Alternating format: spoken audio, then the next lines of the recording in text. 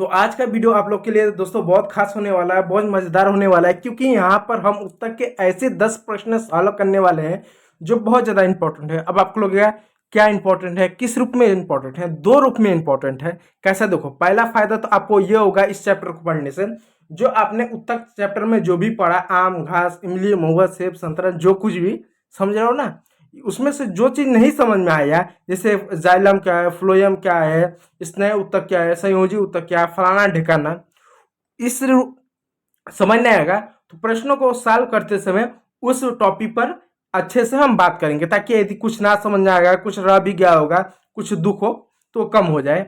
ठीक। दूसरा क्या है, ऐसे प्रश्न हमने लिए हैं जो बहुत ज्यादा इंपॉर्टेंट है। अब देखिए, कक्षा 9वीं के आप बच्चे हैं तो बोर्ड तो होगा नहीं। कोई भी मास्टर यदि पेपर बनाएगा तो पेपर में उन्हीं मूलभूत चीजों को रखेगा जो एनसीईआरटी ने ज्यादा महत्व दिया है, जो इंपॉर्टेंट चीज है। ऐरा गैरा कोई तो प्रश्न लिखेगा नहीं। ठीक है, तो इन दो चीजों को विशेष रूप से ध्यान दिया गया, इसलिए कहूंगा क्लास को देखिएगा। और ये जो वीडियो होने वाला है बहुत लंबा नहीं होगा। मैं तकरीबन मान लीजिए 5 से 6 मिनट के अंदर मैं आपके 10 एमसीक्यू करा दूंगा। ज्यादा ज्यादा हो सकता है 8 मिनट लग जाए, लेकिन यदि 10 एमसीक्यू को देख लोगे तो चीजें समझ में भी आएंगे, आपके प्रश्न भी सॉल्व होंगे और जो मजा मिलेगा तो मिलेगा ही। तो देखो, सबसे पहला प्रश्न ये आपको हो गया, यहाँ पर 11 प्रश्न लिखा हुआ है, एक होना चाहिए। ये पार्ट 2 है। पार्ट 1 में हमने क्या किया है, 10 प्रश्नों को सॉल्व किया।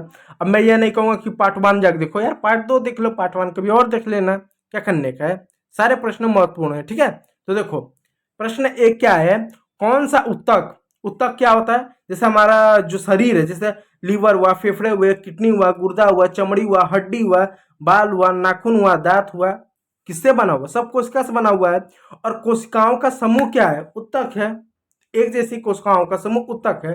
तो क्या पूछ रहा है, कौन सा उत्तक पौधों को मजबूती और सहारा देता है? जैसे आप पेड़ पौधों को देखो, कुछ ऐसे पेड़ पौधे होते हैं जो बहुत मजबूत होते हैं। जैसे मान लीजिए आंधी आएगा या सामान्यतः आंधी तूफान आता है तो जो कुछ पेड़ होते हैं, जैसे बरगद का पेड़ होगा, पीपल का पेड़ हो गया, ये पेड़ होता है हाल ही गिरते होते नहीं है। और वहीं पर देखो, छोटा सा एकदम आंधी टाइप का थोड़ा सा आ जाता है, बारिश वारिश हो जाता है, मान लो खूब बारिश हो गया और हवाएं चल जाए, तो क्या होता है ना, जो गेहूं का जो फसल होता है पूरी तरह से एकदम गिर जाता है। ऐसा गिरता है जैसे मान होता है कि उसमें हाथी लेटा हुआ है। अब कहोगे तो ये क्या बकवास हुआ? जो बरगद और पीपल का पेड़ होता है वो बहुत मोटा होता है, तो कैसे हाली गिरेगा? उसके लिए तो बहुत तेज आंधी तूफान चाहिए। और जो गेहूं का जो फसल होता है, बारिश हो जाए उसके बाद हल्की हवा चल जाए तो गिर जाता है, जब उसमें बाल लगा रहता है। तो ठीक है, वो तो समझ आया कि वो बहुत भारी भरकम है, बहुत मोटा है, बहुत पतला है, एकदम मरियल टाइप का है। लेकिन सवाल होता है कि गेहूं का पौधा लंबा होता है लेकिन मोटा नहीं होता। उतना अगर लंबाई रखता है 2 फीट 3 फीट, तो मोटा तो होना चाहिए। और वो क्यों नहीं ऐसा होता है, तो ये सभी कारण होते हैं इन सब के पीछे। ठीक है, तो उस पर नहीं चल लेंगे, उस पर आगे प्रश्न होगा तो उस पर बात कर लेंगे। तो प्रश्न क्या है, कौन सा उत्तक पौधों को मजबूती और सहारा देता है? यानी कौन सा उत्तक पौधों को मजबूती देता है, सहारा देता है, जिससे गिरे नहीं। तो चाहे आम का पौधा हो, चाहे एक आप गेहूं का पौधा ले लें, चाहे घास का तिनका क्यों ना हो, उन सबको मजबूती देने का काम कौन करता है, उन सबको सहारा देने का काम कौन देता है, कि वह अपने लेवल पर आंधी तूफान में या वह गिरे नहीं। आंधी तूफान छोड़ दे या सामान्य जीवन ही ले लो, कि वह गिरे नहीं, तो सहारा देने का काम कौन करता है? तो आपके ऑप्शन है कोलेकाइमा, स्क्लेरेकाइमा, फ्लोएम और जाइलम। तो सही उत्तर है स्क्लेरेकाइमा। जो स्क्लेरेकाइमा पाया जाती है इसके जड़ों में और उसके तनों में पाया जाता है, जिससे वो मजबूती और सहारा देता है। जिससे वो क्या होता है, वो हाल ही कोई पेड़ पौधा गिरता नहीं है, वो मजबूत होता है। वो जैसे जैसे वो पेड़ पौधा बढ़ता जाता है उसको मजबूती मिलती है, और वो अपनी जगह पर ठीक ठाक अपना जीवन यापन कर देना। पता चले जैसे पेड़ पौधा बड़ा ना, वो गिरना स्टार्ट होगा, वो गिरेगा नहीं। ठीक है, जब तक उसमें बाहरी बल ना लगे। तो स्क्लेरोकाइमा की वजह से होता है। दूसरा प्रश्न है, प्रकाश संश्लेषण मुख्यतः किस ऊतक में होता है? तो अब सवाल होता है प्रकाश संश्लेषण क्या होता है। देखो, जो इंसान होता है, जो गाय भैंस होते हैं, जो बकरियां होते हैं, वो क्या करते हैं, वो संचरण कर सकते हैं, एक स्थान से दूसरे जगह जा सकते हैं। जैसे मान लो गाय आपने पाला है, भैंस पाला है, बकरी पाला है, तो उनको भूख लगेगा तो किसी भी खेत में जाके जो मन में चारा हुआ, धान हुआ, गेहूं हुआ, कुछ भी वो चर सकते हैं, अपना भोजन कर सकते हैं। लेकिन जो पेड़ पौधे होते हैं, जहां लगा दिए तहां पर लग गए, टस से मस से नहीं होंगे, तो वो अपना भोजन कैसे बनाएंगे? वो अपना भोजन कैसे बना, हमारी तरह तो आंतरिक संरचना होती नहीं है, हमारी तरह तो सहचर तो कर नहीं सकते, तो अपना भोजन कैसे बनाते, तो प्रकृति ने उनको एक विशेष वरदान दिया है। अपना देखिए भोजन कैसे बनाते, कोई भी मान लीजिए इस टाइप का, मान लीजिए पेड़ है, ये कौन सा पेड़ है मुझे खुद नहीं मालूम, समझ लीजिए ऐसा कोई पेड़ पौधा है, ठीक है। अब जो पेड़ पौधा होगा तो पेड़ पौधा में क्या होगा, नीचे बहुत सारी उसके जड़ें होंगी और पेड़ पौधों में पत्तियां होंगी। तो पेड़ पौधा क्या करता है, अपने जड़ों से क्या करता है, पानी लेता है, ठीक है, जड़ों से पानी लेगा और जो खनिज लवण हो गया उनको लेगा। और जो पत्तियां होती हैं ना, उन पत्तियों में एक चीज पाया जाता है, क्या पाया जाता है, क्लोरोफिल पाया जाता है। पत्तियां लो, उसको फाड़ दो, काटना नहीं, ऐसा काटना नहीं, ऐसा फाड़ना है, ऐसा इसको उधार पेज फाड़ने जैसा, ठीक है। इसको ना बीचों बीच में ऐसा फाड़ो, उसके बाद ना उसको माइक्रोस्कोप से यदि आप देखोगे, माइक्रोस्कोप से आप देखोगे तो उसमें छोटे छोटे छोटे छोटे ऐसे रंध्र इस तरह के चीजें पाए जाएंगे जिनको क्लोरोप्लास्ट कहा जाता है, इसको क्लोरोफिल कहा जाता है, ठीक है। इन्हीं की मदद से क्या करता है, जितने भी पेड़ पौधे होते हैं वो सूरज की रोशनी को क्या कर खींचते हैं अपनी ओर, सूरज की रोशनी को इनके ऊपर पड़ती है और जब जड़ से क्या करते हैं, पेड़ पौधे क्या करते हैं, जड़ से पानी लेते हैं। तो इन्हीं की मदद से क्या करते हैं, वो सूरज की रोशनी लेते हैं, इन्हीं की मदद से क्या करते हैं, कार्बन डाइऑक्साइड लेते हैं और जड़ों से पानी लेते हैं, ये तीनों लेंगे और तीनों की मदद से क्या करेंगे, ग्लूकोज बनाएंगे। और ग्लूकोज जब बनता है ना, तो उसको हम पिक्चर के रूप में देख नहीं सकते, हमको दिखेगा कि हाँ धूप है, कोई धूप है किसी पेड़ के ऊपर पड़ रहा है तो ग्लूकोज बन रहा होगा, वैसे बनते हो थोड़ा ना देख सकते हैं, देखिए वो बनता ही रहता है दिन भर, देखिए हम उसको ऐसे देख नहीं सकते, हम उसको महसूस नहीं कर सकते, ठीक है। तो पेड़ पौधा क्या करेगा, सूरज की रोशनी लेगा इस पत्तियों के माध्यम से, कार्बन डाइऑक्साइड को लेगा और जड़ों से क्या लेगा, पानी लेगा, सबको मिक्स करके वो ग्लूकोज बनाएगा। और ये कैसा ग्लूकोज होता है, जो हम ग्लूकोज लेते हैं पानी उन टाइप का, उस टाइप का नहीं होगा, उनका अपना एक तरह से लो ग्लूकोज होता है, वो ग्लूकोज लेगा और ग्लूकोज की मदद से क्या करेगा, वो उस पेड़ पौधा का विकास होगा, उस पेड़ पौधों पर फल आएंगे, पत्ती आएंगा, वो मोटा होगा, पतला होगा, जैसा उसको होना रहेगा उस ग्लूकोज की मदद से होगा। तो जैसे हम भोजन लेते हैं, हमारे शरीर को ऊर्जा मिलती है, फिर उसके अनुसार हमारा शरीर कार्य करता है, हमको ताकत मिलता है, ठीक उसी प्रकार क्या होता है, वो पेड़ पौधा होता है। इसलिए देखो जो खेती वेती करते हैं, कभी पेड़ पौधों को ना किसी छत के नीचे या किसी पेड़ के नीचे नहीं लगाते हैं, क्योंकि पेड़ के नीचे लगाएं तो उनको धूप मिलेगा नहीं, धूप नहीं मिलेगा तो क्या होगा, प्रकाश संश्लेषण नहीं होगा, प्रकाश संश्लेषण नहीं होगा, जब प्रकाश संश्लेषण नहीं होगा तो भोजन नहीं बनेगा, और जब भोजन नहीं बनेगा तो उस पर फल फूल पत्तियां या उसका विकास नहीं होगा।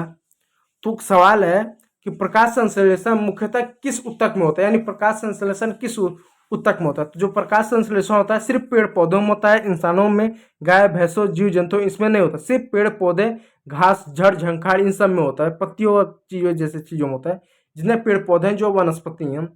तो ये किस प्रकार के ऊतक में होता है, ऑप्शन है palisade parenchyma, option B xylem, option C उपकला, ऑप्शन सी संयोजिक होता है।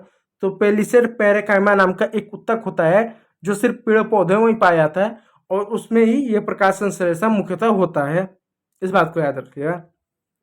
अगला आता है रक्त में ऑक्सीजन कौन वहन करता है। अब देखो दोस्तों, जो रक्त होता है, रक्त ठीक खून होता है, उस खून में हमारा ऑक्सीजन होता है, ऑक्सीजन, ठीक है, खून में क्या होता है, हमारा ऑक्सीजन होता है।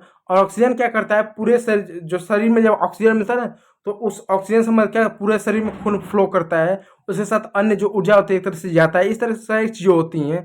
तो सवाल है रक्त में ऑक्सीजन कौन वहन करे, यानी खून में ऑक्सीजन को ले जाने का काम कौन करता है। ऑप्शन है लाल रक्त कणिकाएं, ऑप्शन बी श्वेत रक्त कणिकाएं, option C platelets, option C plasma. तो सही उत्तर है लाल रक्त कणिकाएं, यानी जो आपका बीसी होता है, रेड ब्लड सेल होता है, वो क्या करते हैं, ऑक्सीजन को, रक्त में ऑक्सीजन को परिवहन करते हैं, ट्रांसपोर्टेशन का काम करती हैं, ठीक है।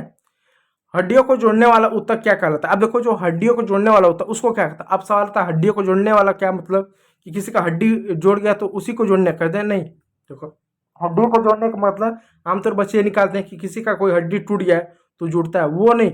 हड्डी जोड़ने का मतलब हुआ कि जैसे आपका उंगली देख लो, हाथ है, आपका जो शरीर है बहुत जगह ऐसा है जहाँ पर आपकी हड्डी टूटी हुई है लेकिन टूटने के साथ वो जुड़ी हुई है। जैसे आपका हाथ देख लो, अपने हाथ को आप कोने पर हिलाओगे तो देखो वो हिल जाएगा, क्योंकि वहां पर क्या है, टूटा हुआ है। लेकिन पूरी तरह से ऐसा भी नहीं टूटा हुआ कि टूट के एकदम अलग हुआ है, एक सीमा तक उसको हिला सकते हैं, एक सीमा तक उसको नहीं हिला सकते हैं। तो टूटा हुआ भी, फिर टूट के जुड़ा हुआ भी, यानी एक तरह से दो हड्डियों को जोड़ने का काम करता है।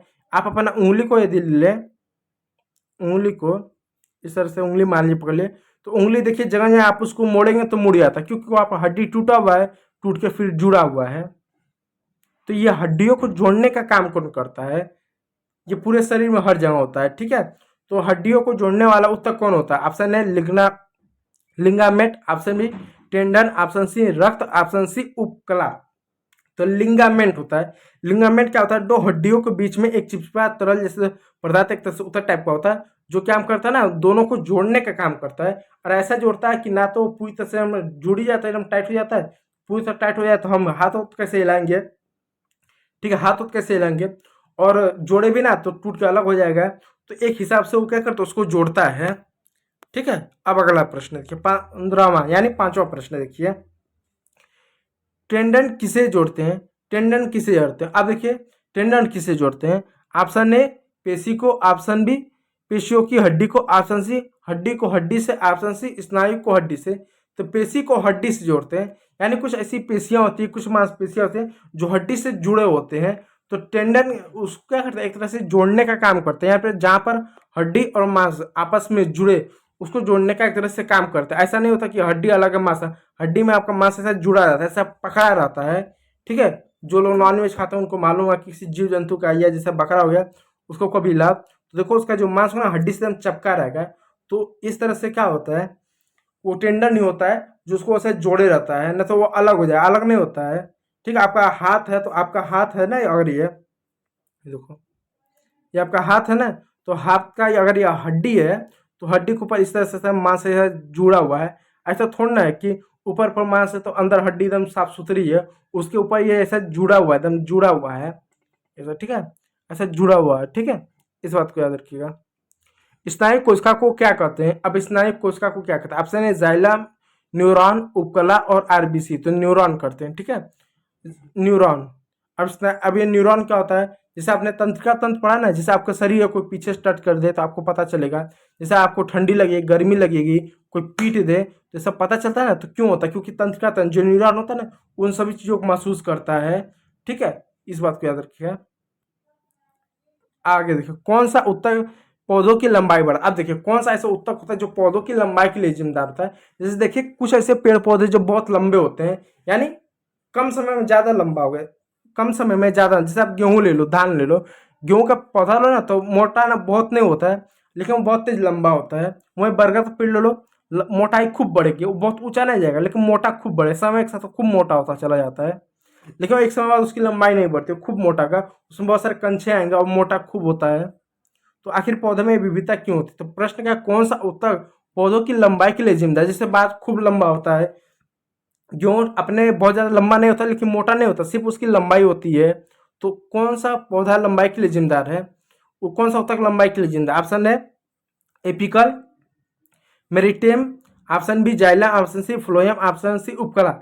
एपिकल मेरिटेम जो होता है, मेरिस्टेम, ये होता है पौधों में लंबाई के लिए जिम्मेदार है। यानी जितने भी आपको ऐसे पौधे दिखते हैं जो सिर्फ लंबा है, उसका कारण सिर्फ एपिकल मेरिटेट है। इसलिए देखो जो पौधे जो लंबे होते हैं ना, वो ज़्यादा कंछे नहीं फेंकते हैं, वो ज़्यादा मोटे नहीं होते, सिर्फ वो लंबाई उनकी होती है, क्योंकि उसमें ये पाया जाता है। अगला प्रश्न है, जाइलम का कौन सा तत्व जीवित होता है? यानी जाइलम का कौन सा तत्व जीवित होता है? अब देखिए जो जाइलम होता है जड़ों में पाया जाता है, और जड़ों में क्या करता है, ये क्या करता है, खनिज और लवण को लेता है, खनिज हो गया, लवण हो गया, तो खनिज आपका जो खनिज लवण हो गया, जो पानी होता है उसको लेता है और पूरे शरीर तक, पेड़ पौधे के पूरे अंग तक पहुंचाने का काम करता है। तो जाइलम का कौन सा तत्व जीवित होता है? ट्रैकिड्स, वाइका, जाइलम रेशो, जाइलम पेरिकाइमा। तो जाइलम पेरिकाइमा क्या होता है? ये जीवित होता है, जीवित तत्व होता है, ठीक है। फ्लोएम का जीवित घटक कौन सा होता है? फ्लोएम, अब देखिए फ्लोएम जो होता है पेड़ पौधों के पत्तियों में पाया जाता है, और इसका क्या होता है कि जो ग्लूकोज जो बनता है, जो पेड़ पौधे पत्तियों से अपना भोजन बनाते हैं, तो उसको पूरा शरीर के अंग तक पहुंचाने का काम करता है। तो ये जीवित घटक कौन सा है? शिव नालिका है, फ्लोएम रेशा है, जाइलम वाइका है, और क्लोरेमा काइमा है। तो उसका सही उत्तर है शिव नालिका है, ठीक है। इस बात को याद रखिएगा। और 20वां और अंतिम प्रश्न यानी आपका 10वां प्रश्न है। जो अंतिम प्रश्न है आपका, हमारे शरीर में वसा यानी फैट किस ऊतक में जमा होता है? अब जैसा कि आप जानते हैं जब भोजन वोजन आप करते हैं ना, तो आपके शरीर को क्या होता है, ऊर्जा मिलता है। जैसे आपने भोजन जो भी किया तो शरीर को क्या चाहिए, ऊर्जा चाहिए। जो भोजन करते हो उसमें बहुत सारा मिला होता है, जैसे विटामिन हुआ, प्रोटीन हुआ और भी चीज़ें हुआ, तो उससे शरीर को ऊर्जा मिलता है। तो शरीर को जितना ऊर्जा चाहिए वो ले लेता है, और जो कचड़े फचड़े होते हैं जिनको शरीर की आवश्यकता नहीं होता है, तो मल मूत्र के माध्यम से बाहर निकाल देता है कि हमको इसको चाहिए नहीं। तो जब ऊर्जा जब शरीर को मिलता है, तो मान लीजिए कोई एक व्यक्ति है, इसको दिन भर में मान लीजिए कि उसको 200 ग्राम ऊर्जा चाहिए। अब ऊर्जा ग्राम पर तो नहीं नापते हैं, लेकिन समझिए 200 ग्राम ऊर्जा चाहिए। अब वो खाना ऐसा खाता है कि उसको डेली का क्या 400 ग्राम ऊर्जा चाहिए। वो खाना ऐसा खाता है कि डेली उसको 400 ग्राम ऊर्जा मिलता है, यानी ऊर्जा की आवश्यकता है 200 ग्राम, लेकिन वो खाना ऐसा खाता है इतना प्रोटीन या पौष्टिक, उसको क्या है रोज 400 ग्राम ऊर्जा मिलता है। तो अब दो ही चीज़ है, या तो वो अपने काम को बढ़ाए, अपने दिनचर्या में ऐसा काम करे कि 400 ऊर्जा को खपत कर ले, और नहीं खपत कर पाता तो शरीर क्या करता है इस ऊर्जा को स्टोर करता है। कैसे स्टोर करता है, वो फैट, वो क्या करता है वो फैट है यानी चर्बी के रूप में स्टोर करता है। इसे देखो जो लोग ज़्यादा मोटे होते हैं वो बहुत दौड़ते नहीं है, तो सिर्फ खाएंगे, शरीर को ऊर्जा मिलेगा, वो ऊर्जा का खपत होगा नहीं, तो शरीर क्या करेगा उसको फैट रूप में यानी चर्बी के रूप में स्टोर करता है। और एक समय फैट खूब चर्बी जमा होने लगता है, और फिर बाद में उनको कहे कि आप दौड़ो भागो या मेहनत काम करो, तो उससे क्या हुआ शरीर में ऊर्जा का चाहिए, तो ऊर्जा नष्ट होगा, जैसे नष्ट होगा तो फैट क्या खत्म होने लगता है। तो फैट बढ़ने का ये सबसे बड़ा कारण होता है कि जितना ऊर्जा वो ले रहे हैं उतना ऊर्जा क्या वो खपत ही नहीं कर पा रहे हैं। तो ऊर्जा खपत ना करना भी एक फैट बनने का सबसे बड़ा कारण होता है। तो सबके शरीर में फैट होता है, ऐसा नहीं है किसी मोटे लोग में होता है। जो लोग पतले होते हैं उनके शरीर में कम फैट होता है, जो ज़्यादा होते हैं उनके शरीर में ज़्यादा होता है। ठीक है, तो वीडियो अच्छा लगा तो लाइक कीजिएगा, चैनल को सब्सक्राइब कीजिएगा। वीडियो देखने के लिए बहुत बहुत धन्यवाद।